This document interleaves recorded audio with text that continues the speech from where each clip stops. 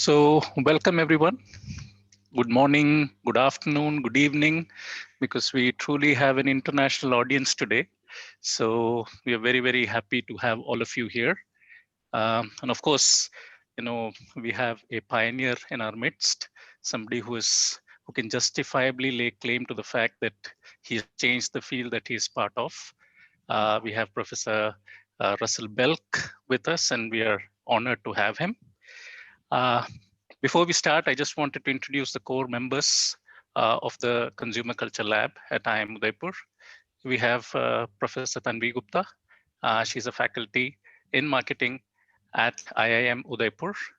We have Rupali Kapoor. She's the research officer for the Consumer Culture Lab. My name is Rajesh Nanarpura. I am a faculty in marketing at IIM Udaipur. And of course, we have Professor Julian Kaila, the driving force behind the Consumer Culture Lab and faculty in marketing at Nanyang Business School, Singapore. So having done that, I just wanted to spend a couple of minutes talking about the Consumer Culture Lab.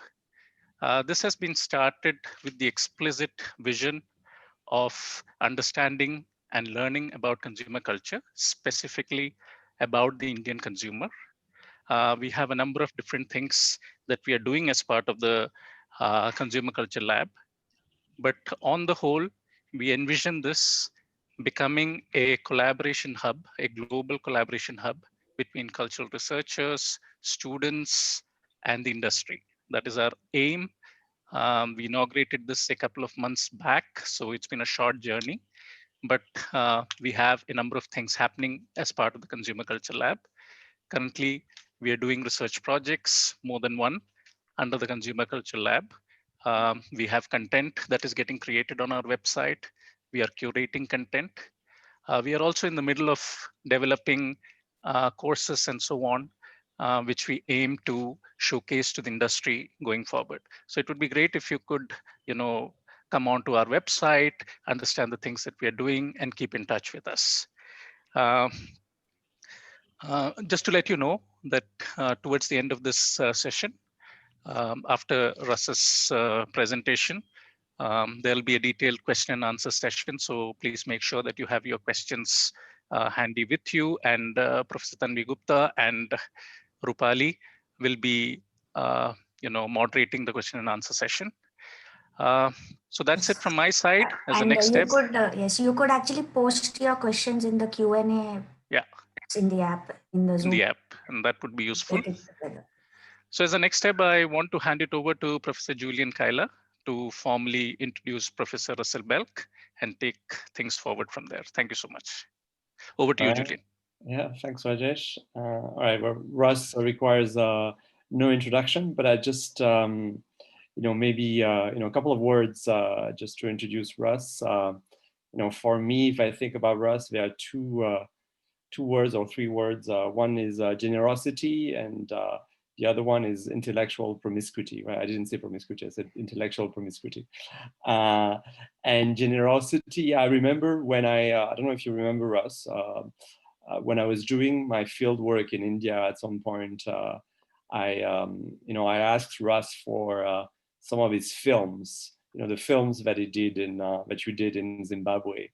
And I was just a PhD student. I think we had interacted by email, and you very generously, replied to my emails. And I remember that, I was sitting in Bombay, and I got a package at that time with VHS tapes of your films, from Zimbabwe. And it was still the time of VHS tapes, and I still remember, that first act of generosity. And since then, obviously, I've been witness to many other acts of generosity. And then the other one is intellectual promiscuity, which I think is one way to describe you. And as we prepared for this webinar, I revisited your autobiographical article in the Journal of Historical Research in Marketing, where you talk about reading promiscuously, which is one of the things that you advise doctoral students to do, and where you say from high and low sources ranging from comic books and manga to the Quran and Greek philosophy and everything in between, and how you used to visit the university library once a year and go through the tables of contents of basically all the journals in various fields. So I guess that's a bit, ambitious for the doctoral students who are maybe listening to us when we say, when they ask, what should you read? And you tell them, you should try to read it in a sense as promiscuously and as much as you can from the Quran to Greek philosophy. That seems kind of, usually we want a more concentrated reading list, but I guess it's a testimony to your curiosity that, and I've taken down like some of the books that you say, you found the most stimulating, and I found that a few of them, I haven't read, and definitely they're now on my reading list. So generosity and intellectual promiscuity, including the fact that you were one of the people who was probably one of the scholars who was say coming from the West, who has been to India the most. And I know that you've been many times and you've done some research with Indian colleagues, which is one of the main reasons why we wanted you to be one of the first people to basically speak as part of this initiative, right? Since you've been coming to India for more than 30 years now. So I think we also want to have people who have some kind of connection to India if possible. So thank you for accepting the invitation. I have lots of questions for you, including how have you been? But maybe we can do that in Q&A. And thanks for like all the people that have joined us. Again, as Tanvi mentioned, please use this opportunity to ask any questions in a Q&A. And then the floor, the screen is yours, Russ. Well, thank you, Julian and Rajesh, for the very nice introductions. I wish we did have time to chat, or I hope we do at the end. So, and thank you to the Consumer Culture Lab. It's really great to see more consumer culture CCT research going on in India, and it is going on in more and more places. And if this lab can get together with this group and that group, I think it can really be something that grows into an all India sort of thing eventually. At any rate, what I'd like to talk about today is sharing, materialism, and design for sustainability. In truth, I'm going to focus mostly on sharing and the sharing economy, but I will bring in some materialism and a few considerations of how we might design for sustainability. And I'll try to bring in a few Indian things along the way, although this is primarily a global sort of approach. So if we start with a global song that some of you may have heard, it's not moving here. Let me just try getting on here. Go backwards. It's a song by John Lennon in 1971, Imagine No Possessions. And I won't sing it for you, but the lyrics are, imagine no possessions. I wonder if you can. No need for greed or hunger, a brotherhood of man. Imagine all the people sharing all the world. So this is an idealistic, a utopian view of sharing, but it really has an essence of what sharing is all about. Sharing within the household, sharing within the neighborhood, sharing within the community, sharing within the world in John Lennon's vision. So to distinguish further, we might look at what is marketplace exchange versus sharing, and what is gift giving versus sharing. Well, in marketplace exchange, and there's a COVID-19 screen up here. I don't know how I happened to choose that one, but you give some money or a token of money to someone, and they give you something in return. And you can go your separate ways. You don't have any lingering obligations, and you never need see that person again. You might, if you go frequently, they might get to know you and say, "Hi, Mary, how's everything going today?" But it's not necessary. Next is gift giving, and in gift giving, you also give someone something, but unless it's a coincidental occasion. Usually it's a one-way exchange. But it's in the long term, a two-way exchange because reciprocity is expected.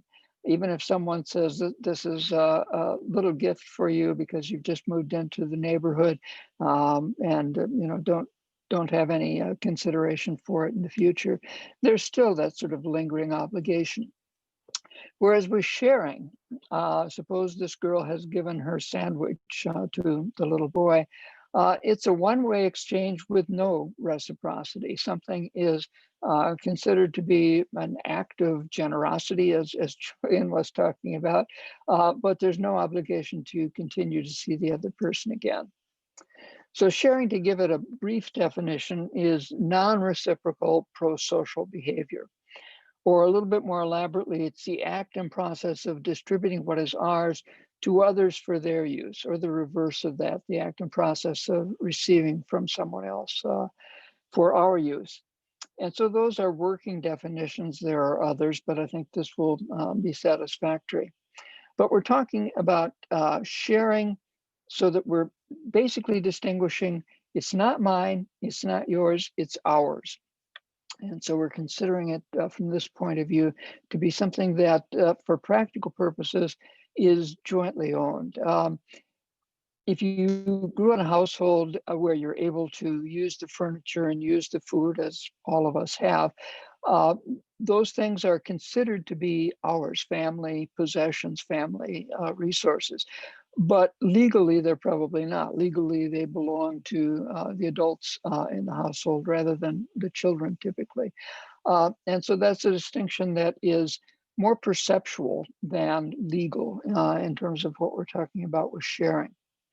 But basically, sharing is historically necessary for survival. If we didn't share, we would probably not have persisted as a human species. Or as John Price says, the most universal form of human economic behavior, distinct from and more fundamental than reciprocity, sharing has probably been the most basic form of economic distribution in hominid societies for several 100,000 years. So it's been around for a while. And as I said, we would not have existed without it.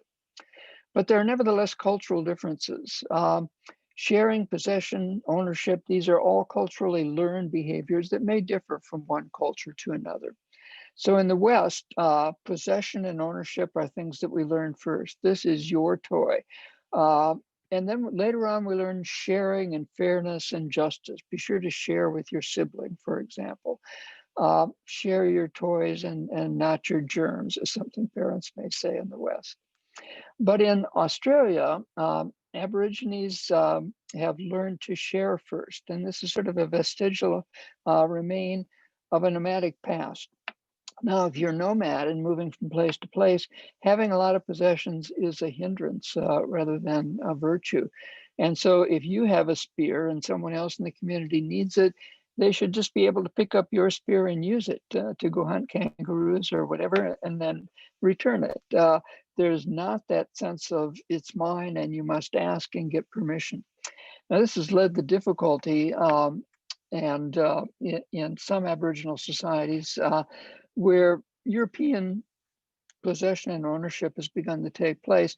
But with things like private cars and land, people still expect to be able to use these things. And sometimes people get possessive and actually fights can result. But nevertheless, that ethos, that legacy of sharing as being a key virtue is still strong in Aboriginal society. So culture prescribes what is right, what is selfish versus altruistic, what is generous versus stingy, and what is fair versus unfair. And so at this time of year in the West, we hear Dickens' Christmas Carol, and it's a lesson about selfishness versus generosity, and selfishness versus altruism. And so the Scrooge character is one that you've probably heard of. So let me just do a little experiment here, and I won't actually ask you this, but these are common possessions, at least in the West, a power drill, which may be cordless these days, and an automobile. And so we might think about how often do we actually use these things? And for a power drill, the lifetime use is 13 minutes. We're only drilling or using the drill for that amount of time. So does it really make sense that we should each individually have one of these, and our neighbor has one on one side and our neighbor on the other side has one as well? The automobile is used as an average about an hour a day. And does it make sense that we all own or aspire to own individual automobiles? And so the answer is sharing. That we may find in the so-called sharing economy, which is not about sharing. It's really normally about short-term rental. And so Airbnb is a good example.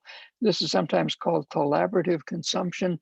And we're sharing our place, a room in our home, a bed in our home, to a stranger that we've become acquainted with online for money. And that money is sort of disguised because it all takes place before the person visits, and it's an online transaction. I'll talk more about Airbnb later. But some of you may have heard of couch. Sorry, some of you may have heard. Is there a problem? No. Do you mind if I ask a quick question? I'm just. Sure, please go ahead. Yeah, just. No, I was just wondering, like, since you talk about, this idea as being more, quite different, across cultures, right? I mean, Yes. possession in particular. I was just curious, and like when I started learning Hindi, and my Hindi is very bad, but I realized that, or and correct me, the Hindi speakers, if I am wrong, that there is no real verb to say to have in Hindi, right? So when you say like I have a car, you say like mere paas gadi hai, right? That's the way to say to possess a car, which actually would translate in English as there's a car around me, right? So interesting. There is no direct link between, in a sense, like that possession in the extent itself doesn't work in the same kind of fashion, right? Because as far as I know in Hindi, that doesn't, there's no real verb to have that direct link with the possession. So I was just curious, like, since so much about possessions, and for someone who would be interested in looking at those links between language, culture, and the links between the two when it comes to possessions, like what would be like, research looking at those kinds of things, or are you aware of, in a sense, research looking at those ideas in a cross-cultural kind of fashion? Well, a starting point, and I think it's available in Hindi, is to use Google Trends, which you can go back to, I think, 1880 with. And you can look at the frequency of various possessive verbs, and then you can do that in other languages. And what they're drawing upon is books that have been written in that time period. I think that may be a little better index than going to current online conversations, because the current ethos may be changed by the Modi government, the BJP in India. It might be changed by COVID-19. It might be changed by a number of things. And I'll show you a statistic in a little bit, and maybe you've heard it, that in a recent measure, and I'll show you what that measure is of materialism in the world, India was number 2 behind China, which is number 1. And so you might ask, if India is non-possessive, how can that be true? Wait until I show you that statistic, and then we can. But I see someone who's asking, why is this guy interrupting the talk? So I'm going to shut up and let you continue with the talk. So sorry for the person who didn't want to have that flow of ideas interrupted. So I'll let you continue. No, but I'm going to unmute myself. Now that you've gotten me on it, in Japan, putting the first person into the conversation is almost taboo. And so rather than saying even something like, I see the book on the table, you would say, on the table, the book is seen, sort of taking the first person out of it entirely. So language, I think, is very interesting. But what I was going to contrast here is the so-called sharing economy, which is not really about sharing at all. It's about short-term rental. We could see that with Airbnb, but couch surfing is an older form of having someone stay at your home when they visit from another city, another country. And no exchange of money or anything else takes place. You're not supposed to even bring them a gift. And there's no reciprocal obligation. And so couch surfing has millions of people. It does exist in India. I think I'll show you a graph, a chart, and it's not actually a chart, a geographic bubble. At any rate, couch surfing is about sharing, but Airbnb is about the sharing economy, which is not sharing at all. And I think I called that quasi-sharing at one point. But collaborative consumption is as diverse as peer-to-peer lending, crowdfunding. You can see all of these other things here. These days, they all rely on the internet to facilitate these sharing of things. But again, this is mostly within the sharing economy. If it's nonprofit, it can be something closer to true sharing, a distinction I'll come back to. But these are things that we would have had to buy, rent, or lease for days or for years in the past. And now we can simply acquire them for use for a short period of time. You can go online and arrange to have an automobile of a certain make available for you from 2 to 4 p.m. this afternoon, and you can pay money for that. So collaborative consumption is a different thing than we've had before with exchange in the marketplace or in gift exchange, or in true sharing for that matter. So to go on, this is looking at India versus the US and Germany, and it's a three-part multiple choice. Would you prefer to rent from an established company? Are you indifferent, or would you prefer to rent directly from peers, going to your neighbor? Germans are pretty equal across the board in all of those. Americans and Indians prefer to rent from an established country, that is, use a sharing platform from an established country. And maybe that's from a history of bad experiences with peer-to-peer lending. Maybe it's from something else. Here's what I was talking. No, it isn't. This is not the materialism measure. This is looking at the number of sharing economy companies. So basically, these are startups, and India is number 2 in this case as well, behind Brazil. So lots of entrepreneurial people. And I wonder if that's decreased or increased because of COVID-19. My guess would be there's more incubators in COVID-19. But we'll have to see. It could also be that a number of those companies shut down during COVID-19. This is ideally a circular economy for agriculture and food in India. And if we begin at the bottom, 6 o'clock, it's a more resource efficient set of practices that are enabled by technology. And so, for example, farmers that could not afford to own a tractor can get the rental of a tractor using digital rental, basically for a period of time to harvest their crops, to till under so they don't have to burn the crops and contribute to pollution. There's also tied to that digitally enabled knowledge sharing, digitally or digitized food supply chain, which is more efficient, and also ties into peri-urban agriculture on the tops of buildings and so forth, urban, but also the waste going back to fertilize the soil, the nutrients returning to the agricultural system, and allowing regenerative agriculture, my voice, sorry. So all of this is a sustainable sort of economy fostered by the sharing economy. And maybe we can come back to that and look at it in detail later. But here's one of the tractors, and this company, EM3, is calling itself really the Uber of farm machinery. So you could not afford to own this tractor individually, but if you get together with 10 other farmers, you may be able to use it for a period of time. You can also rent things like clothing. You can pick an outfit here and use it for a period of time for a special occasion. You can rent motorbikes like these. These are 3 entrepreneurs that started Vogo. But we might ask more basically, and I'm coming back to what I call true sharing. Why do we share at all? I've sort of indicated historically that there's an instrumental reason like survival for sharing. It's also an altruistic courtesy, a convenience and a kindness to others. And so if someone asks you for directions, you will tell them if you know how to get to a certain place that they're looking for.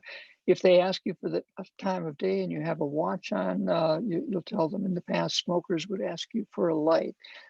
Beggars would ask you for change on the street where you have small currency or coins. But this is what I've called, and I'm the first one to call it this, sharing out. When we share in these fashions, these little things, we don't need to expect anything from this person in the future. We need never see them again. Whereas with sharing in, we're making someone a part of our pseudo family, and we would expect to see them again, and we would expect to share more with them in the future. And it may or may not be two-way sharing. Economists talk about rivalrous and non-rivalrous goods. Most digital goods, like files of music, text, or movies, are non-rivalrous goods because when we share them with someone else, we don't lose them. But of course, the film industry, the music industry jumped on Napster for allowing people to share music and movies for free. And now, along with Apple and iTunes and others, they found ways to monetize that. But if we look more basically at the picture on the right, this older sister she has all the blocks and she's crying because her little sister has taken one of them. This is, if you will, a selfish child. This is a materialistic child. She wants all of them. They're mine, they're mine, they're mine. And so if we look at the measure I was just talking about, this is actually the percentage of people who agreed with the statement, success is defined by the things that you own. That's only one possible way of measuring materialism. But this is the one that showed India number 2, in this case, number 2 to China. And to tie that back to sharing, Tim Kasser says, the more people care about materialistic goals, the less pro-socially they tend to behave. For example, materialistic goals are associated with being less empathic and cooperative and more manipulative and competitive, like the big sister in the picture we just looked at. The more people care about materialistic goals and the less they care about ecological sustainability, and the more their lifestyles tend to have damaging effects on the planet. So there's a negative relationship between materialism and sustainability, and materialism and willingness to share. And also many studies have shown, including my own, there's a negative relationship between materialism and happiness. And I've defined materialism as the belief that possessions will make us happy. And ironically, the opposite tends to be true. Either possessions don't make us happy, or having possessions that don't make us happy turn us into more materialistic people wanting more and more and more. We can come back to that too if we like. Here's some true sharing examples. We have the expression, two can live as cheaply as one. So when two people get married or move in together, they don't have to have two sets of dishes and two sets of tableware, two sets of furniture. They can economize. Children at home can engage in demand sharing. If the child says, I'm thirsty, you have to give them some liquid to drink. They can demand it, as can people in nomadic Aboriginal societies. The household is actually open to open sharing as well. So many household possessions I was talking about earlier are seen as resources in a commons to be shared by all. And so ironically, you don't have to, unless you grew up in a very unusual home, you didn't need to knock on the door and ask if you could come in. You didn't need to ask if you could sit down on a chair or couch. And unless you grew up in a very unusual household, when you left home, your parents didn't give you an itemized bill of everything they'd spent on your behalf and expect you to pay it back. They may expect you to take care of them in their old age, but even that is changing these days. We expect old people to take care of their own old age requirements. I began a paper on sharing, observing that the teacups in most of Asia are quite small and the beer bottles are quite large. And the reason for that is that they've been designed to encourage sharing. The beer bottles to indicate that you should share this. You should not drink it all for yourself, unless perhaps you're an ugly American who hasn't seen these large bottles before. And the teacups are quite small because usually there's a hierarchy based on age, gender, and some other things of who should pour for whom. And this is true for sake cups as well.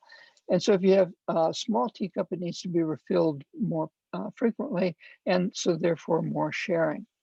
We could also look at family style meals where the food is in bowls on the center of the table, and it's either passed around, or there's in China a lazy Susan, it's called to spin it around. At least that's what we call it in the West. Or you can just help yourself. It's a little bit different. If the person off to the right here is dishing up for other people, that's a different way of sharing than saying everyone can dive in and help for themselves. It's a more, as a man, I guess, a more patriarchal form of sharing, which is an interesting cultural difference as well. Now, this is another culture. This is Australia, and this is a man named Mike Green. He was living in the Northcote region of neighborhood of Melbourne, Australia, and he had to wash his clothes, and he had no washing machine. And he knew there was a laundromat about 10 blocks away. But he also knew that in those 10 blocks, there were probably dozens, maybe even 100 washing machines sitting idle. And couldn't he think of some way to access those machines? So he went online and created this thing called the Sharehood, where people could list things they were willing to share and things that they wanted to gain access to. And he found that the real benefit was that people learned to get to know their neighbors. And we don't know our neighbors so much anymore. If you've just moved to a new place, you're probably not intimately familiar with your neighbors. And so this lasted for about 2 years. Because it was entirely voluntary, there was no organization behind it. As most voluntary sharing neighborhood or community-wide things go, they don't tend to last. And so this is a problem as well. There are ways around that. It can be engineered so it can be more lasting, but this one was not. Here's an example. IDEO is a design and research corporation you may have heard of. And they were asked by the San Francisco School District to help redesign their lunch programs. They had lunch programs at noon, which included for poor children free meals. And yet they found that most people were not going into the lunchroom and eating this food. It was very economical. As I said, for some it was free. And still people were either bringing their own food or they were going off campus outside the school and eating, or they simply weren't eating at all. And so there was a lot of wasted food in the San Francisco school system. They didn't know how to plan for surges and periods of decline in food. So IDEO did some research. They talked to people at different grades, and they found that this is what the lunchrooms typically look like. To my mind, this sort of brings up a prison setting, and I can imagine the prisoners clanking their silverware and saying, "We want better food," and so forth. This was the lunchroom line, and these are the people on the left that are cooking and serving the food. And these are some young girls, and I'll focus on elementary school, primary school here. And they're going through with plates that have various trays that have various compartments, and they have to make choices. I want this, I want that, I want more, I want less. And this was frightening to them. They didn't like waiting in line, and they didn't like being forced to make quick choices, so they didn't hold up the line. And so what the district did was to redesign the tables. They went to round tables. They piped in ambient music like restaurants might do. They had children bring their plates back to a place that was called cleanup. They also had sort of lessons of where food came from, where the wasted food or the food waste went. They had adults that came around with carts that maybe you can see in the middle and brought bowls of food to you. They had table captains, I'll show you in a minute, soft lighting, and everything was designed to make this a more familiar family-like sharing environment. So here's the table, here's the adult role model. You can see the food in the middle, help yourself, but also the table captains would bring it around so everyone had access to it and allow people to serve themselves. someone else would come around with an electric or electronic meter and observe how much was left over and what foods were more popular and so forth. So the net result was that the efficiency of the food system increased. They had much less waste. The total cost was lowered, and yet the number of children eating food was increased. And so it was a success all around, and everyone in post changeover environments. So this is a much better system than the old one. Now we might look at what technology enables. Unfortunately, we have things like the table at the upper right, where each family member has their own electronic device, and no one is looking at or talking to each other. And we have the phenomena in the left, where the woman is taking a picture of the food and posting it online. Before she even eats it, she may rate the food after she eats it and so forth. And so this is an interesting phenomenon as well. It's sometimes called food pornography. We have on the lower right an interesting phenomenon. All the smartphones are piled up. There is in Korea sort of a hot pot restaurant where the food won't cook until you put your phones underneath the hot pot in the middle. And the more phones, the hotter it gets. And so it's a clever way of disengaging people from their phones for at least a period of time. So with sharing, we have some new domains of sharing: digital file sharing, open source code writing, online reviewing, which some of you have probably done. But we have new domains of not sharing as well: intellectual property rights, legislation, digital rights management put into music and movies sometimes to make it impossible to share. Bioprospecting, you may not even own things that came from your genes, your cells. And censorship is sometimes an unwanted intrusion online. China does a lot of that, for example. We also have collaborative consumption. This is a part of the sharing economy, but it also has had some opposition. So hotel owners press for regulations of Airbnb. Taxi owners protest against Uber. Restaurant owners press for regulations of private kitchens, someone who turns their home or their workplace into a kitchen, a restaurant after hours and with a fixed menu. It's not as severe, these oppositions, as in the music and film industry roadblocks that I mentioned, where they prosecuted young teenagers for sharing music, for example. But there's also a lack of community. Gianna Eckert and Flora Barty studied Zipcar in Boston, and it's a car sharing organization which tried to create the sense of brand community. They tried this online, they tried it in reality with picnics and so forth, and no one wanted to have anything to do with the other people participating in this Zipcar organization. And so what they found was that there was an animosity. Actually, people didn't care how messy they left the car for the next person. If someone ahead of them left an umbrella, they'd make no effort to return it. Very selfish use rather than a sharing use of this sharing economy car. So it, nevertheless, there were ways to generate trust with reputation rating, where you give stars to the person that you're sharing from, or in this case, the person who drove the car last. And you can essentially give them a low rating so no one will want to share with them in the future. These are just some of the digital sharing platforms that exist. And so Wikipedia, for example, is a good example of true sharing, because it doesn't require money, although they're really asking for donations right now.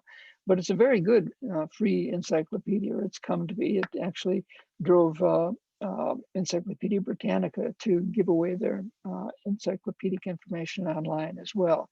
TaskRabbit, where you can get a job in a foreign place that you're visiting. Grindr, where you can hook up with other people in a dating sort of context and so forth. Bag, Borrow, and Steal, you pay a fixed fee and you get a different designer bag or outfit for that matter when you turn in the old one. At any rate, we could talk all about those, but there's consequences of for-profit versus non-profit models of sharing. There's an equivalent to Zipcar that exists in Sweden called Majorna, And it's all participatory car sharing. They have about 29 cars and 200 members. And someone is responsible for the IT, someone's responsible for booking, someone's responsible for washing, someone's responsible for repairs, and that rotates around. And some of the people in the Myorna organization are thinking it's getting to be too big because they don't know all of the other members as well as they used to. On the other hand, Tattered Cover, which is another example of, in this case, it's actually for-profit. It's a bookstore in Denver, Colorado. And it's a very good bookstore in people's estimation. The clerks are very friendly, very helpful. They'll let you know online if they have something that they think might be of interest to you. They'll email you if something that you've ordered has come in. And so it's a very beloved bookstore. They lost their lease and had to move to a new location. And voluntarily, all of their, not even members, but people that are patrons, came to the bookstore and helped them physically move from one location to the next without stealing any books in the process.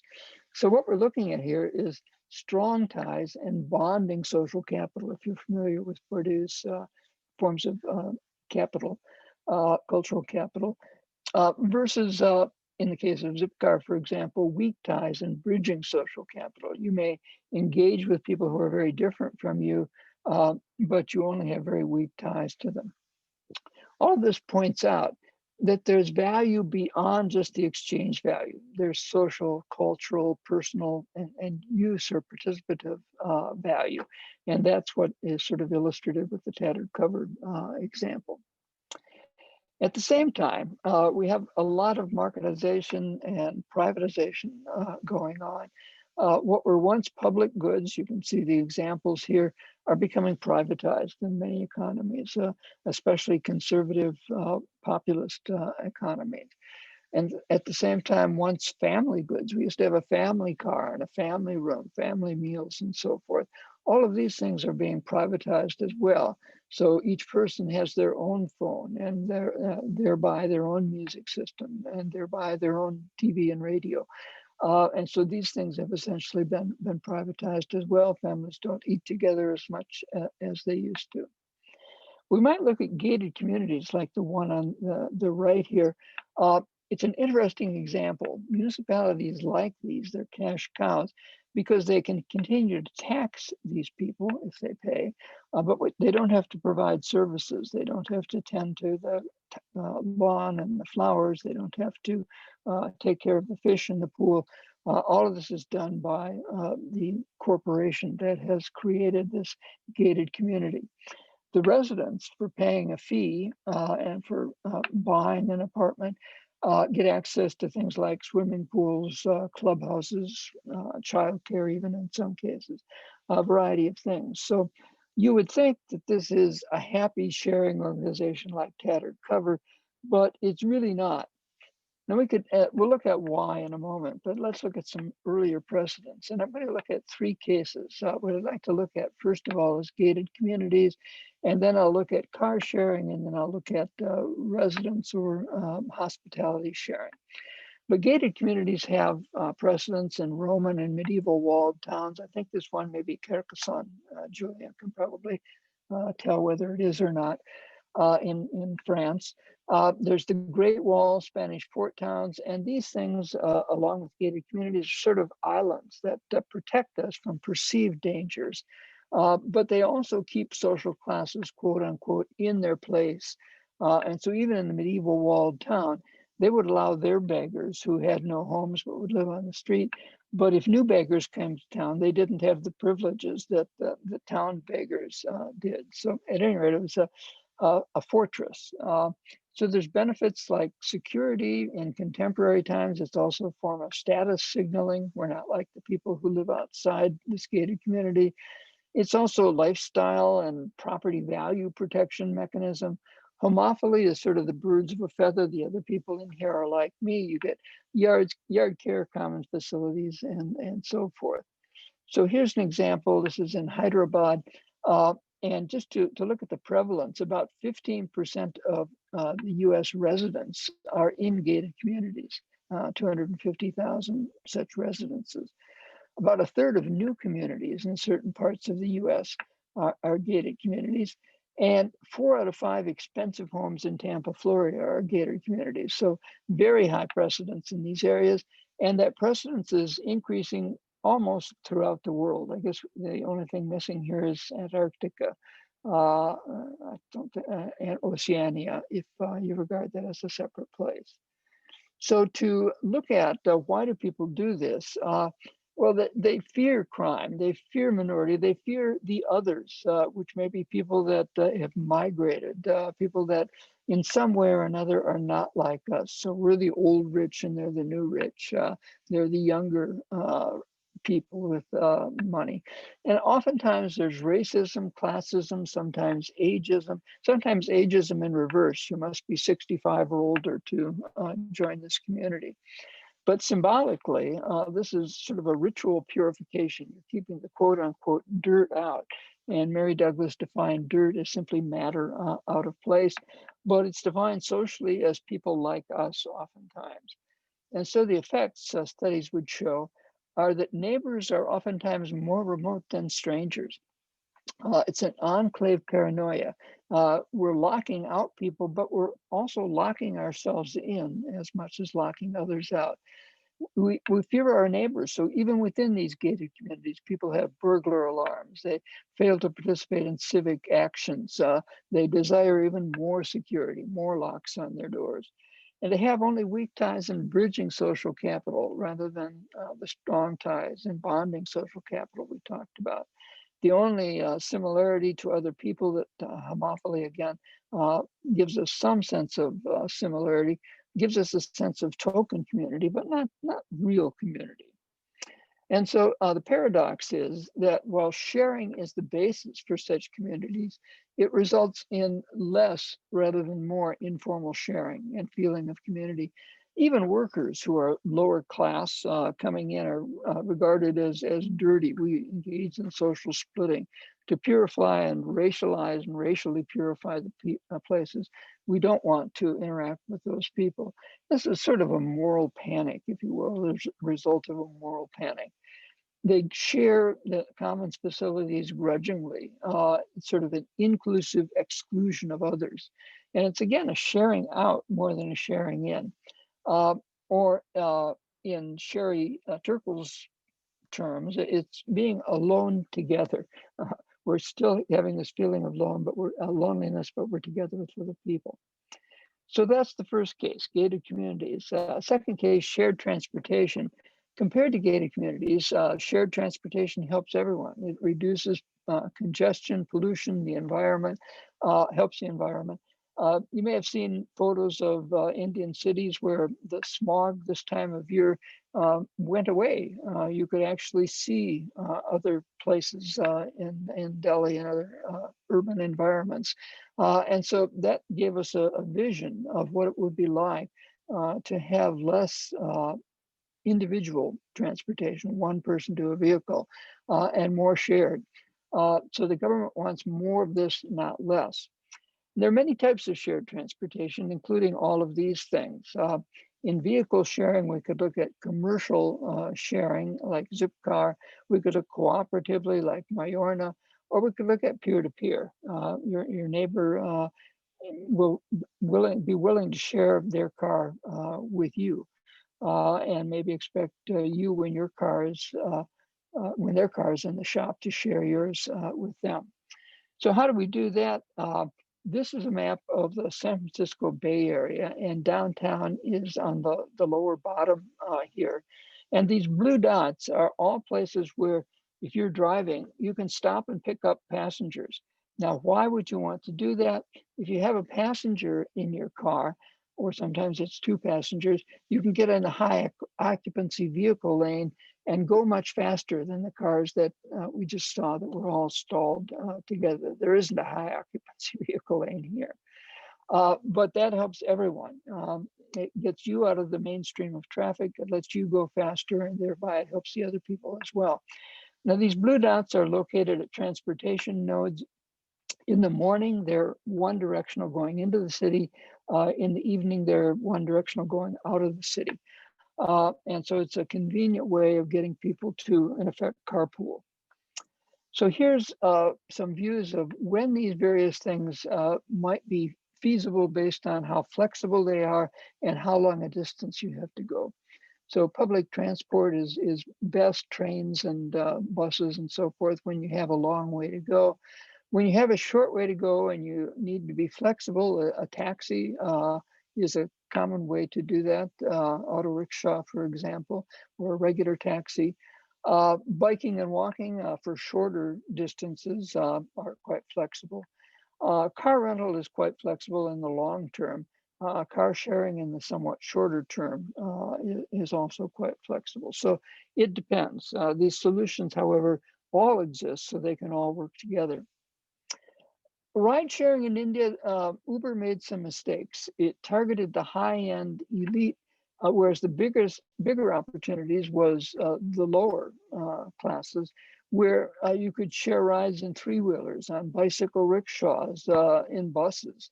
So Uber and Ola and others have since gotten into these forms of transport. And I think some people have fake stickers that they use as well, but you can contact them digitally and be sure that it's the real thing in that case. But technology can also facilitate things like hiring workers in the informal economy, which is most of India, hiring laborers or technicians, maids, commercial painters, bike sharing, farm seed swaps, and tractor sharing, as we saw. All of these things are big opportunities in India, and that's why we saw so many startups, so many people that were engaged in entrepreneurial sharing in India. So in terms of ride hailing, we have Uber and Ola as the prime players right now. There's been a bit of a shakeout and buyout. But what is the future of sharing, we might ask? This is a sort of really speculative version. Eventually, the car that picks you up could be a driverless car. And we know that that's coming. It's been promised to us. And Elon Musk and Apple are on it. Apple, I think, may have sold their venture to Google. At any rate, we have a number of people that are trying this.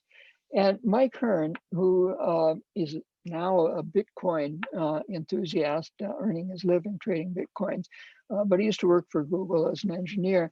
At the Turing Festival in Edinburgh, he said, suppose we have not only driverless cars, but self-owning cars.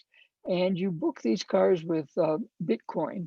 And the driverless cars exist as ownerless cars because it's been crowdfunded and the car has no mortgage, no lease to pay rather.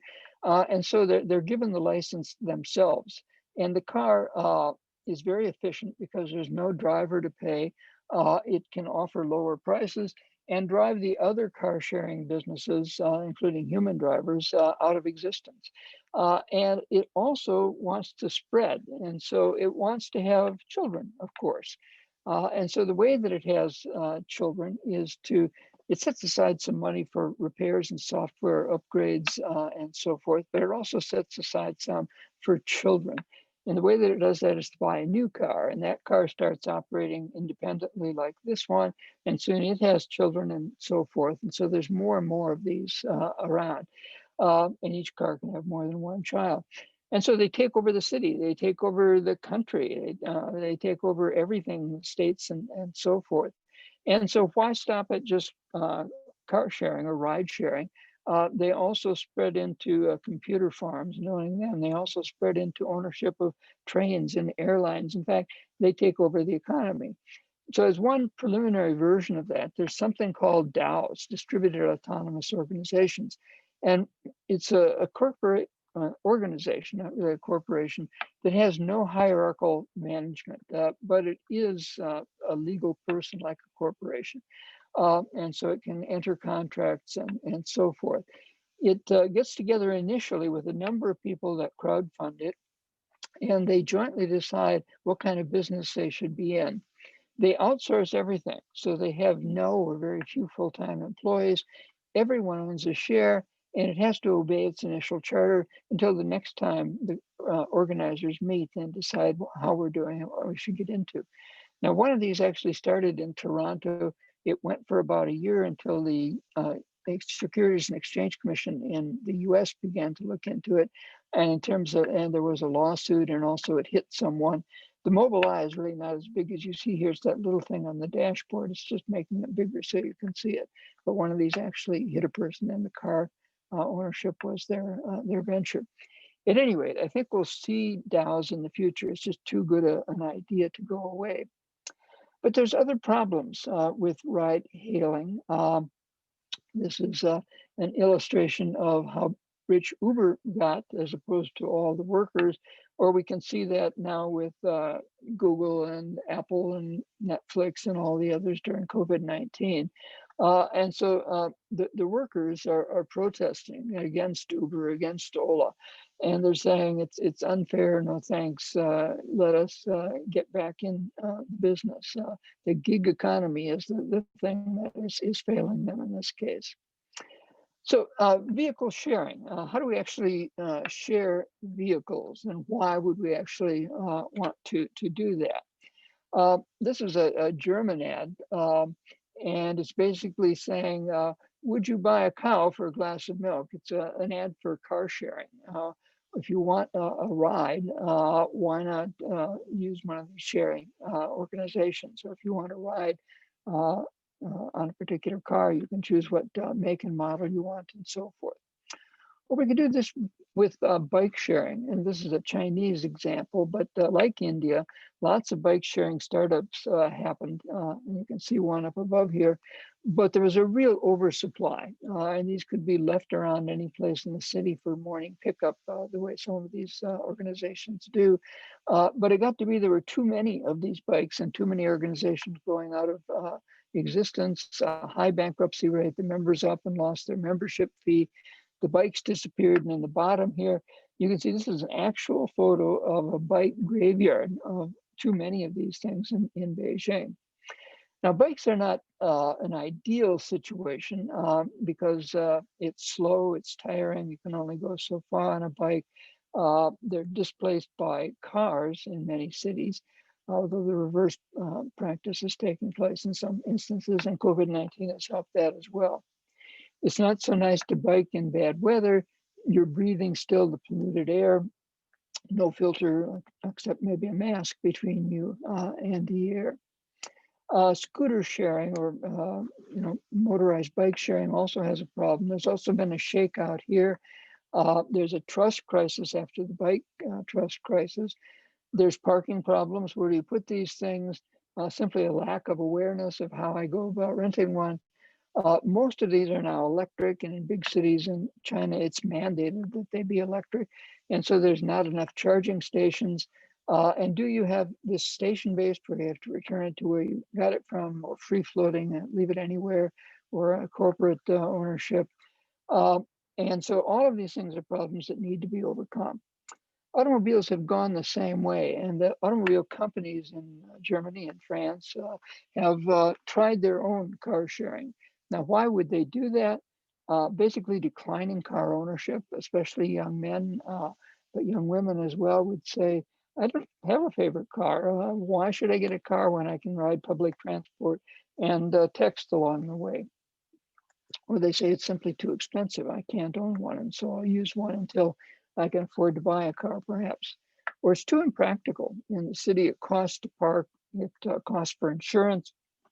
It's simply impractical. So the car companies are trying to get on board with sharing models. In China, they're trying various things to provide incentives for car sharing and various things to discourage private ownership in the cities. Here you can see an elevator for cars. It's almost like a car vending machine with this particular corporation where you pay your money and you get a car, and it may not be the car you had last time, but that's okay. So third case, and I'll finish shortly, Airbnb. Here we're sharing a room. Sorry for the noises. Forgot to turn my email off. And so Airbnb is sort of a blend of the market economy and sharing. You still talk to the people that come, at least in North America, where the host is usually present. In a lot of Asia, there's ghost hotels where people simply have bought places simply in order to rent them out via Airbnb or similar places. About 60% of the people that use these things are millennials, and in Asia, most are domestic rather than foreign visitors. COVID-19 has forced, and this is true in US and Canada as well, the conversion of a lot of ghost hotels to long-term rental because people weren't coming to Airbnb. Hotels are bouncing back a little bit better, even without tourism, than Airbnb because they have standardized cleaning practices. Trust is an issue, and in China, they sort of get around that with the social credit system, and that's helped during COVID-19, and I'll come back to it in just a moment. These are some places where couch surfing exists, and it's kind of hard to see, but India has Mumbai and Delhi at least represented there. Even Antarctica has couch sharing. If you can get to Antarctica, there's a bed for you there in this particular place, Myrtle Sound, I think. So the sharing, true sharing versus market economy in hospitality is basically Airbnb versus couch surfing. I've talked about some of those differences before, but there's non-profit reasons why people might want to stay at another place with another person present with the host there. They can meet interesting new people. It's an antidote to loneliness if you have people stay at your place. You can share skills, sort of learn how to play guitar, or teach how to yodel, whatever it might be. Or you can simply show off your city or your home by acting as a guide or telling people where they should visit. So in conclusion of this part, I have 2 more slides after this. True sharing remains, especially within the home and family, but even there, privatization is growing. We no longer know our neighbors so much. And even in so-called collaborative cultures, the interdependent cultures versus independent cultures, sometimes called collectivist versus independent incorrectly, I think. One solution to the anonymity and lack of trust is the sharing economy. But the sharing economy marketizes sharing. The reputation economy builds trust, but it may also build cynicism. China has an emerging social credit system. It was used to track people during COVID-19, but it uses surveillance cameras. It monitors what you do online. It monitors what your friends do online, what your friends' friends do. And you can get good scores or poor scores. Highest score is 800. And if you have a good score, you can get your children into good schools. You can get a loan with a low interest rate. You can get to meet nice people on a dating application. Whereas if you have a low score, you can't do any of those things. You can't even buy a bus or a train ticket. There was a Black Mirror episode about something similar to this that some of you may have seen. So China's social credit system is discussed very negatively in the West. In China, most people like it. They like the benefits that they get from it. And they're all people that are getting high scores. And so it's an interesting and controversial practice. Last slide. Consumers and sharing the old wisdom, and this is near Chennai, the illustration. I thought it was an interesting juxtaposition of various vehicles. But the old wisdom was that you are what you eat, what you drive, what you wear, and so forth. The new wisdom is you are what you can access, rent, or borrow. So you may not own this Porsche, but other people will think that you do. And especially if the rich are given a privileged position, people would even move over for such a car. They'll treat you better. If you pull up into a restaurant or a hotel with that car, you'll get better treatment. Likely true, higher status. But in the long run, where was I? At any rate, the new wisdom is you are what you can access. The millennial generation will sort of tell the tale. Right now, they don't have privately owned apartments or houses. They rely on public transport or hourly car rental. They have less attraction to a big home full of possessions and greater attachment to their digital devices. Now, these are people that right now would be in their low to mid 20s to late 30s. And so the question is, once they get a family, children, will they move out to the suburbs, buy a bigger house, perhaps in a gated community, and have more possessions? And so they'll tell the tale of whether the sharing economy really helps with environmental problems, sustainability, and so forth. Some key issues to examine, research issues, is the old ownership fetish truly dying in the West? Can it be curbed in India, or do all new middle-class Indians want to and aspire to having a car? I've known people in Singapore, Julian can maybe speak to this, whether it rings true or not, who would not want to own any car until they could afford a Mercedes because they felt that was comparable to the status they wanted to occupy. So in the meantime, they would take a bus and save their money. Is self-definition through social media and virtual possessions enough? Or do we need the physical thing once again? And is online friendship and co-ownership the new community? Will it satisfy us in the long run? So with that, I'll stop and say thank you. Feel free to share this presentation, which I can maybe put up in Dropbox. It's too big to email, I found. But I don't know how we're doing on time. Julian, if you're running things, or Tanvi, do we have time for some questions? Yes, I think we can spend like 10 minutes on Q&A before we close, because there have been a lot of questions posted by some of the attendees. And in fact, if the attendees, if you want to actually talk directly, you could raise your hands. I could unmute you if you want to ask your question directly to us. Okay, otherwise I could read off some of these. Yes. Whichever. Hands. Yeah, okay, we have like... Okay, let's look at the hands, the real people. 5 hands up, yeah. Let's have like some real people in this. Yes, like they'll be able to ask the question more nice. We know that this webinar is not organized by robots. So. Yes. That's true. So you allowed them to unmute themselves then. Yes. So, okay. So should I unmute everyone or just one by one? Julian, what do you? Yeah, just one by one. Yeah. Just, start to the top. Okay. So I think I'll unmute Priya Narayanan first. So she had posted a lot of questions. So I think she can which ones she wants to ask. Yeah. So I've unmuted you, Priya. You can. If you Hello, want Professor. your video. Hi, Ashish, and hi, Tanvi. Hello, Julian. Hello. So my question is with regard to the measure of status consumption that you had used, and you had a graph which was going from in the descending order. And that question you mentioned, it is I don't remember the exact question, but to me it seemed that it is measuring the not materialism, but its opposite. Because the question was... I'll go back to it, but keep talking. The question was success is defined by the things you own. Yeah, that's success right. is being defined by something you own. So my point here is that when we want to own something, is it merely to own, in which case it is materialism?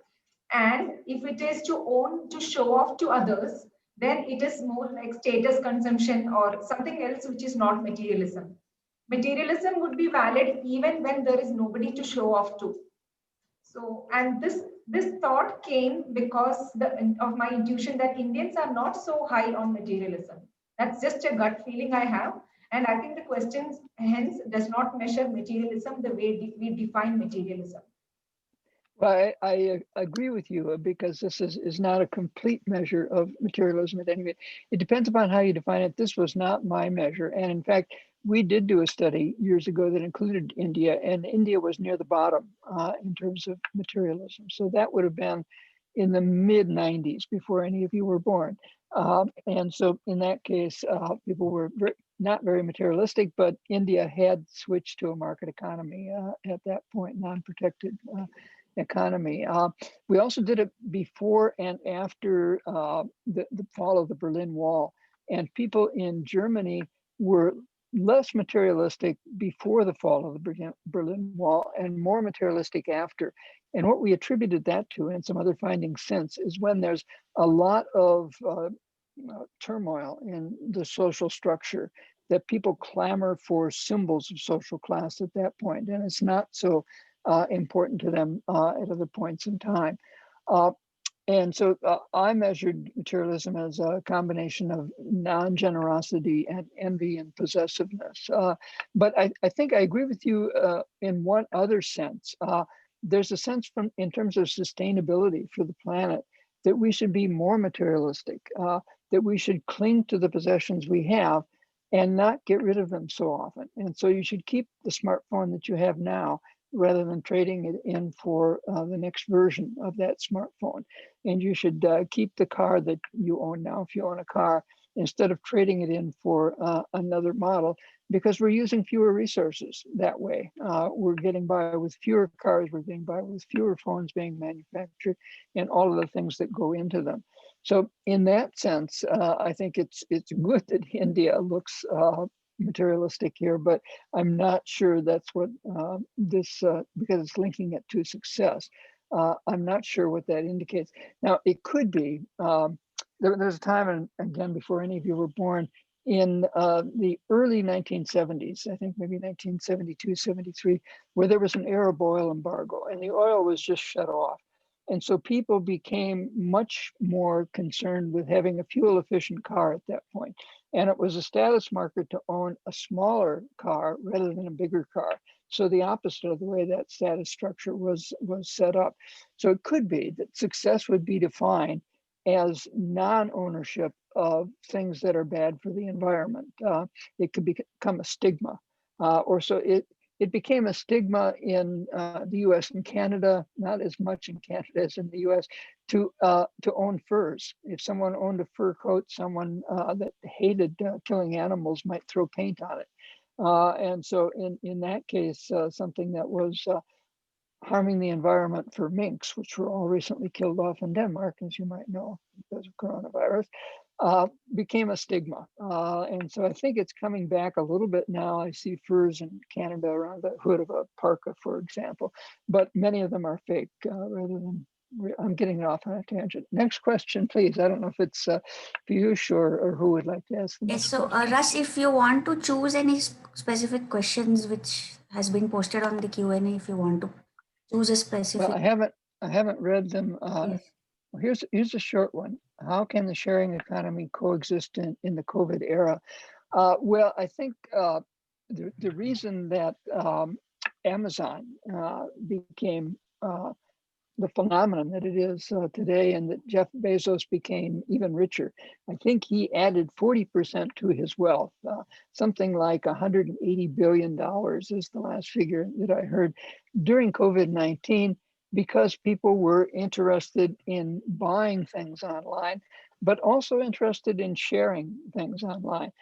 So Amazon has a streaming service for movies and music.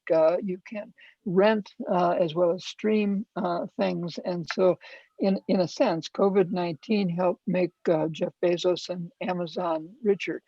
People did more Google searches, which meant more clicks, which meant more ad revenues for Google. So Google's two primary stockholders became much wealthier.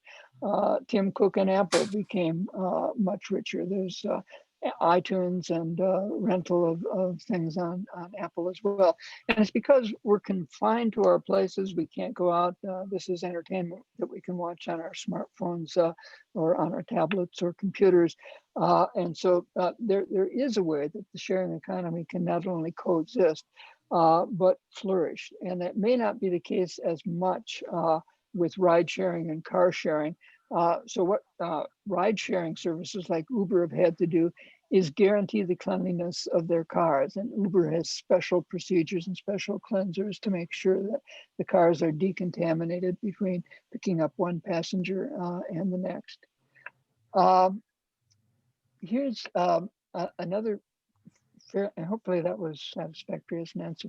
Here's another short one. How is Airbnb or Uber Pool and Minta Rental, is that Minta maybe, an example of sharing when all is done for an exchange of money? Well, you're quite right that these things are not true sharing. That was the point I was trying to make early on. They're sort of anti-sharing, or I called them pseudo-sharing. It's sometimes called share washing, just as we've had greenwashing and now we have woke washing. We have share washing by attaching that name sharing to your practice. It seems more benign. It seems more friendly, more family-like. But you're right, it's just a short-term rental and without even a sense of community in most cases. And so These are examples. I guess Airbnb would be a little bit of an exception because you might get to know the host if the host is still staying there. But you would know the Uber driver for the length of your journey, and that's a short trip usually. And if you get in with another person, you may not talk. And if it's an Uber auto rickshaw, you're in the back and they're in the front, and so forth. Sort of going up the list rather than down, which I guess are more recent queries. Professor Belk, how are you differentiating between renting and sharing? I guess I sort of just talked about that. And this is Rob Neat, who goes on to say things like renting houses and cars have been around forever. True, but the term sharing economy is a post-Uber, post-Airbnb conversation. More about short-term on-demand rentals, perhaps. Well, you're quite right. I think you've answered that question. Renting houses, hospitality, expecting to travelers take the Silk Road, the ancient Silk Road in China, would expect to be able to go to a particular house where they would stay. Those houses evolved in some cases into inns and hotels and so forth. And sharing and renting your car for a price have been around for a long period of time. Things like ride sharing sort of replaced or rejuvenated a form of hitchhiking. We used to be able to stick our thumb out and cars would pull over and give us a ride.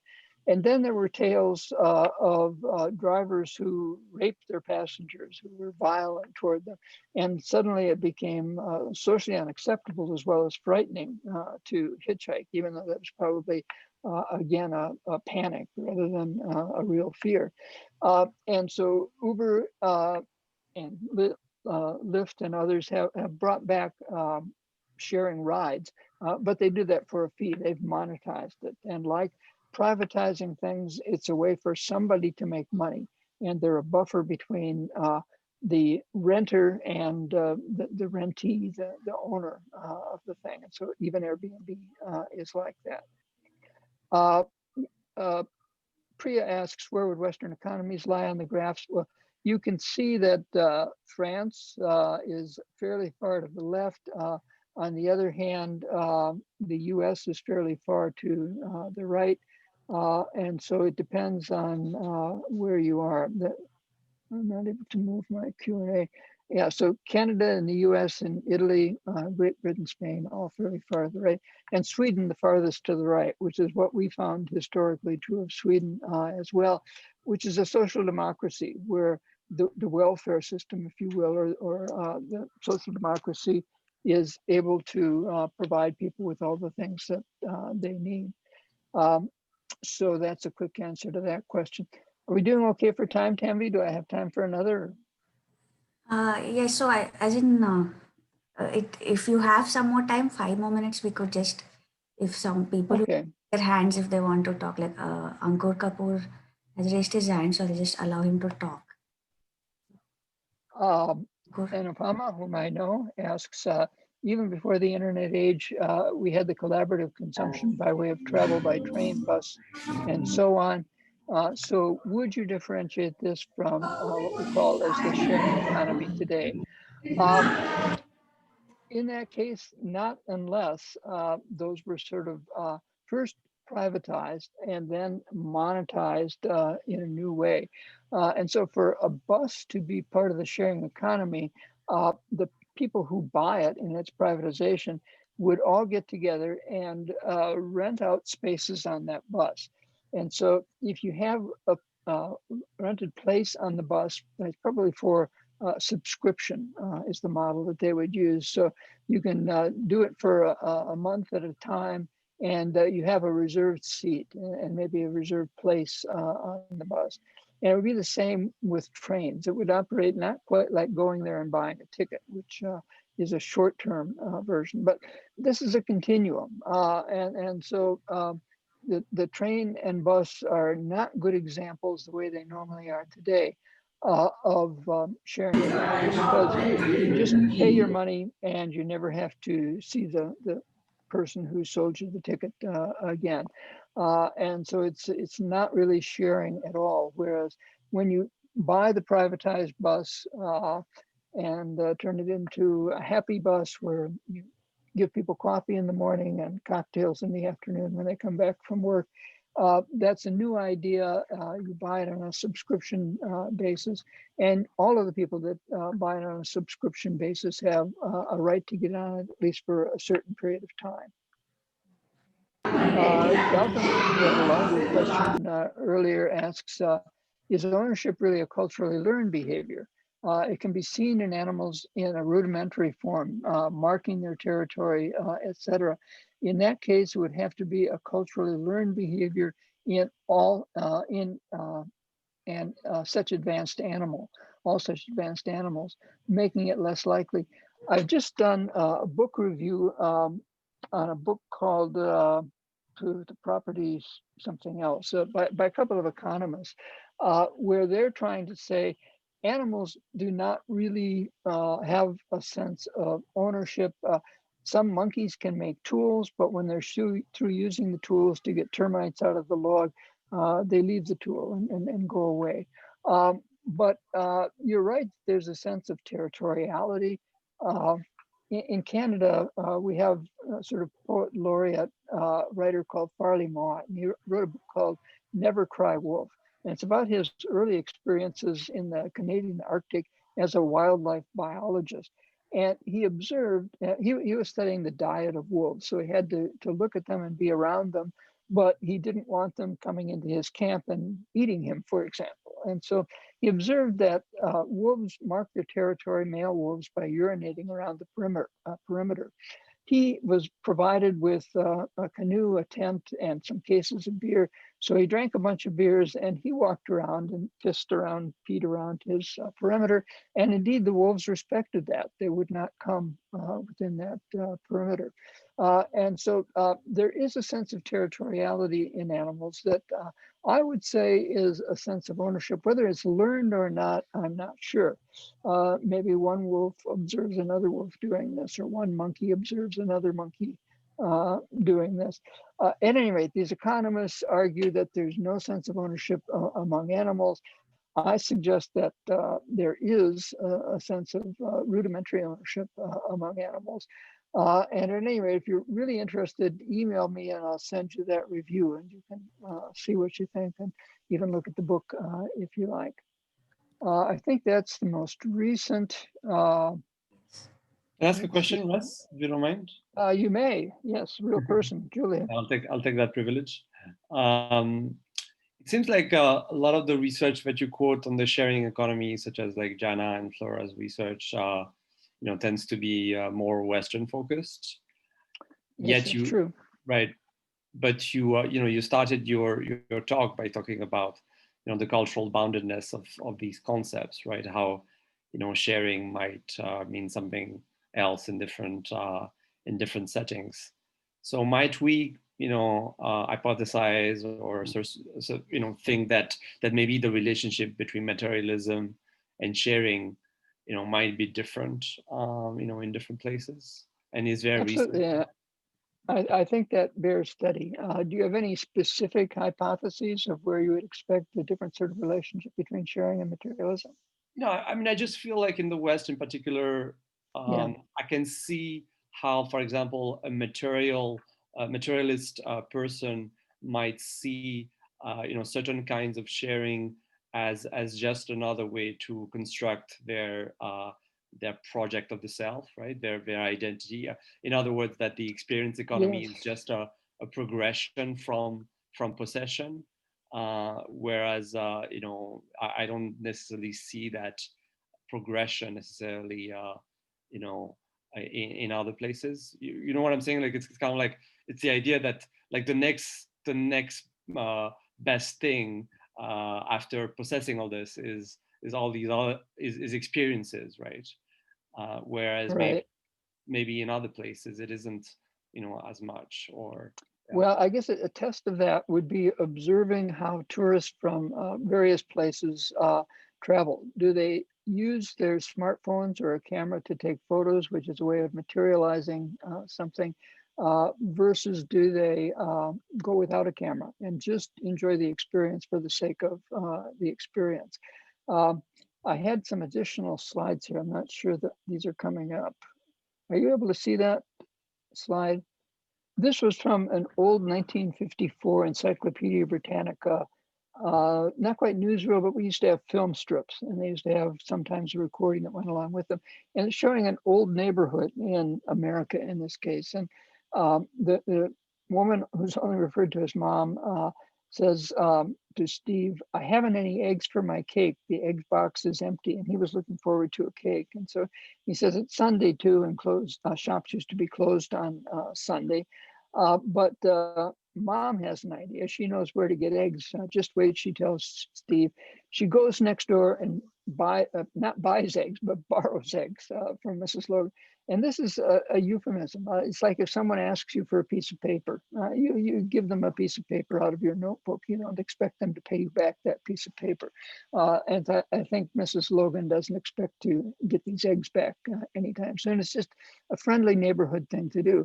This is sort of a 1950s view of American communities, which were neighborhoods where people knew each other. So Steve gets the cake. Sometimes the family goes away and Mr. and Mrs. Logan next door look after Steve. I don't know about that way Mr. Logan is looking at Steve. But this is sharing childcare, if you will. Mrs. Logan gets sick and Steve's mom again, helps her. Mr. Logan shares a ride into work. The neighbors share food and food bag. They pay taxes so they can afford a fire engine. But Robbie is asked to share his apple and he won't share. Is he right? And the classroom is supposed to say, "Oh yes, because you're sharing germs if you share your apple." He's asked to share his bike and he won't lend it to Robbie because once a boy left Steve's bike out in the rain. And is he right? So these are moral dilemmas that are being put to people. The point I'm trying to make is I think the US used to be more of a sharing economy. This is Mrs. Davis, who has what is a business suit at the time. And women weren't supposed to work outside of the household after World War II. And she's told Steve to keep his puppy off her lawn. And so she's not being willing to share her lawn. So at any rate, I think there was a time, cultures change is the point I'm trying to make. And cultures that were once sharing economies may become less sharing economies. I'm not sure if the opposite is true. I think sharing an agreement with that success measure of sharing at any rate is something that is likely to change over time as well. And so what we saw with India and China being at the top, at least on that measure, was sort of an unwillingness to participate in a sharing economy that would define success by what you had. Non-sharing economy is what I should have said. But it's also a question of whether that sharing is mediated and how much that changes things, right? And that relationship to that mediation is key, right? Well, for that matter, parents mediate our sharing when we're children, and so they share your toys with your sibling, share your toys with Tommy that's come over, or maybe they say, Tommy is coming over. You know how rough he is on toys. Put your toys away so he doesn't break them. So that's another sort of socialization that takes place. So just as cultures change and differ, families change and differ as well. And I think it is related to the amount of social upheaval that is that is taking place. Maybe it is evil, but upheaval was the word I was trying for. And how much power people have in society. It used to be that in India, middle-class families would have a maid or a helper that might stay with them for a lifetime. Now it's sort of rent-a-maid, if you will. And I don't think you have the long-term obligations that you used to for the most part. And so that measure of willingness to basically share maids by having other households that also use that maid has probably changed the long-term true sharing relationship, even though there was certainly a hierarchical difference in social class. But families took care of maids and helpers in their old age. That doesn't happen much anymore as people have moved into these gated communities, high-rise apartments with no maids' quarters and so forth. So, I have a question actually for Tanvi, Rajesh, and Rupali, which is about sharing, and so more about the sharing of food.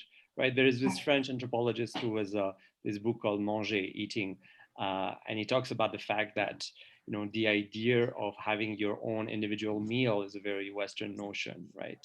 That in many cultures, eating on your own is actually shameful, right? And in India, it's obviously striking that meals, they are still like a lot of pressures to share, right? And so that it's only when I came to India that I discovered the concept of having asking the waiter to divide a soup into two, right? Yes. One in two, right? Which sometimes you can have even in Singapore, right?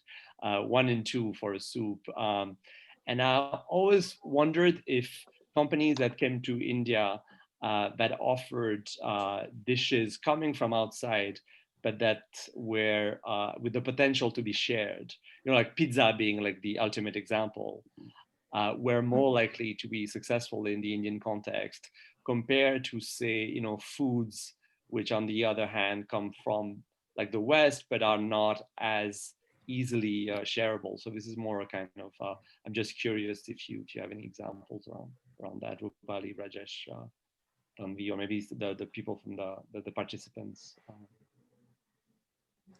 Yes, yeah, as in pizza is like a good success story in India, and that is because it is a food that you can cut and divide, and the entire family. Divide as you will, right? Yes. It might also be a little bit more complex, Julian, in the sense that maybe eating at a McDonald's at some stage was also a status symbol, or being associated with that brand. Of course, you won't share a burger, but that also did well. So this whole idea of being associated with a top American brand, being seen eating at McDonald's at some stage was to a lot of people a status symbol, right? So I'm sure sharing might be a part of it, but maybe in the Indian context there are other things, and just affordability could also be an issue in terms of giving this 1 by 2, for example. It just more than sharing, maybe it's just two of us can eat with this kind of money, and maybe that also makes a if you look at the roadside pani puri stall, usually there'll be a group of people standing with their plates, and the person making the pani puri will give one piece to each person. So that the act of eating is like a shared act in a way. So Sure. Yeah. and I've seen like in like videos like in Pakistan, I've seen videos where there's a big plate and 5 people sit and eat from the same plate. So I mean I've seen such practices also. Yeah. Just an observation from a Western point of view. Julian's quite right, and food is a fascinating topic. But it used to be that in the West, people would eat sitting on a bench together, and they would eat from a common plate called a trencher. And so all of the food was put together, and you just grabbed it with your hands, like off a banana leaf in South India. And in that case, it sort of gradually got refined by quote unquote courtly manners. And so we began to have individual chairs and individual plates and individual silverware. And the silverware was also a part of this gentrification that took place, and also privatization. And so something that was once true sharing became much less so. And with pizza, there's always the problem if there's an even number of people and an odd number of pieces, who gets the last piece? It can't be, unless you divide up the last piece, it can't really be shared equally. So who claims it? And do we defer to age? Do we defer to gender? Do we refer to youth? How do we decide those hierarchies? There was actually an older study in India of how families did share food and whether it was patriarchal or not. This was in Journal of Consumer Research by Seymour Fine, probably in the late 1970s. And he observed different sorts of structures within different families in India. But as you can imagine, there was a fair bit of patriarchy. Women needed less food than men. partly because men were expected to do more manual labor, I expect, or that was the rationale that people used, but also just out of patriarchal sense. So I think these things do change over time as well as over cultures. But fascinating topic. Yes. You have to bring in a food person for your next speaker. Yes. So I think in the interest of time, we will have to, I think, keep the Q&A offline. So we will actually collate all the questions and I think just email it to us. And we'll also... Yeah, I'd be happy to answer any additional questions you have. This is my living room, my actual space.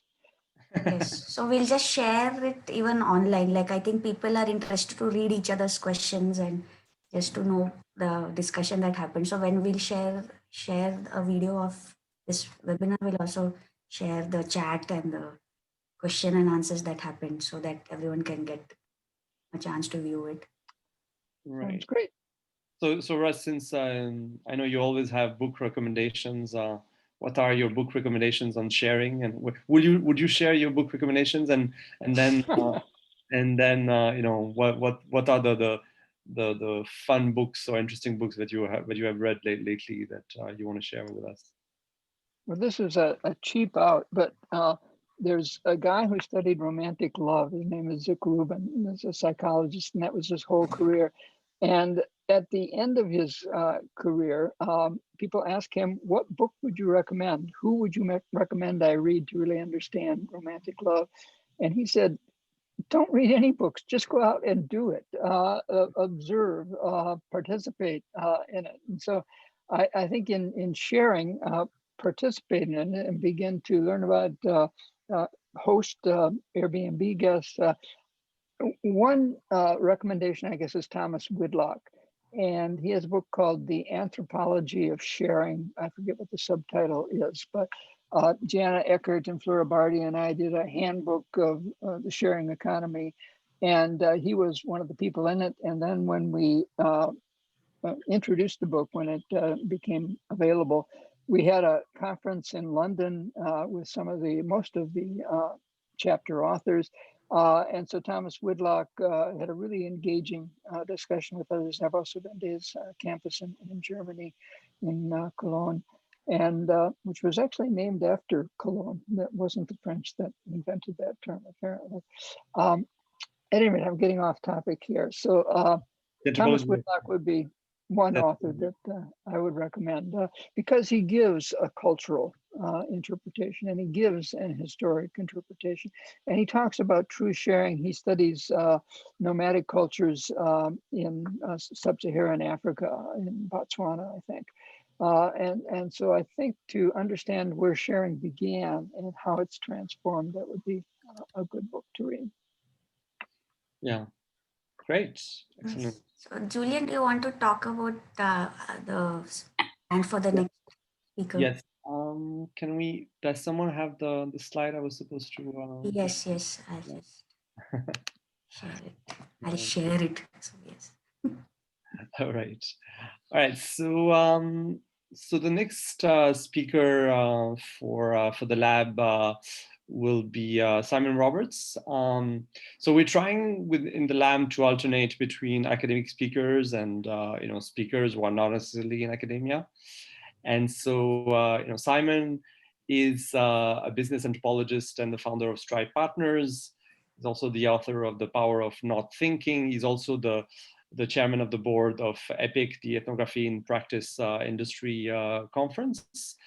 The interesting thing also about Simon is that he's a fluent Hindi speaker, not like me, who can hardly put two words of Hindi together, but he actually did his field work, in Benares, Varanasi, and was looking at television in India. So he's very, very familiar with the Indian context, which is why we're also bringing him as part of the seminar series. Today he has a very successful firm in London, basically, which does ethnographic research. He has done a lot of ethnographic work on aging when he was a part of Intel.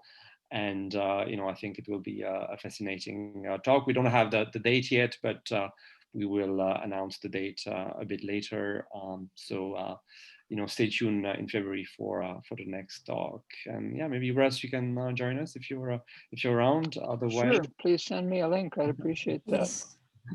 And thank you so much for taking some of your time. What is next for you today, Russ? What's next? I've got a group at noon in about 2 hours, and it's we have something called 601 is the number. It's a group project that is studying something for a year, and these are master's students, and they were studying a corporation that went out of business. They have another corporation that we're going to hear about today, but they lay out their plans for how they're going to analyze this thing. One of the ones, maybe I'm still on it right now, I don't think they finished yet, is a marijuana grower. And they're looking at, as marijuana was legalized last year in Canada, how you compete in the marijuana market, and how you market marijuana. And so these 601s are sometimes interesting. They sometimes go to Aboriginal communities and look at what their problems are, the business problems that they might be able to help solve. And so after this year, in gathering lots of information, going through the corporation, they do presentation for the company, and a lot of them get jobs out of that. It's a good conduit into the industry for them. So that's where I'm going in 2 hours, or just over 2 hours. And sorry, this is a German school, or is it? No, this is my university, York University, Schulich School of Business. German in the sense that Schulich is probably a German name, but other than that, no. Sorry. All right. Thank you so much. Thanks, Tanvi, Rupali, for organizing this. And thank you for having me. Thank you, and thanks to all the attendees who joined and listened in. So yeah, thanks a lot. Thanks, Russ. Thank you. Very good. Thank you. Thanks See you a lot. later. Bye. Bye-bye. Bye.